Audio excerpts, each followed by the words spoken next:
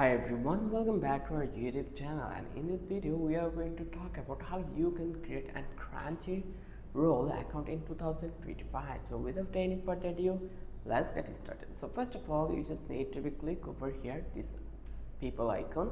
Once you click over here, then they will give us the options like you've got login and create account. You just need to go over here to create account options. Once you click over here, then it will redirect you to that page. So here you just need to provide your email address and password. Let's say this is my email address. I'm going to copy that one.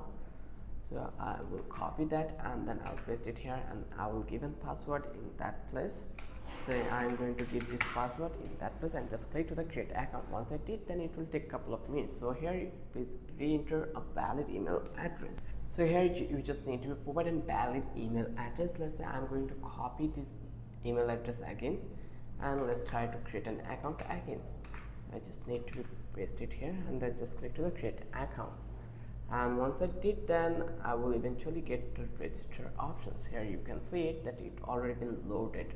So the process is really simple to create an Crunchyroll account. I hope you understand how easy the process was. If you think this video was helpful, then don't forget to subscribe our channel and don't forget to hit the like button. Till then, have a good day. I will catch you in the next video with an interesting topic again.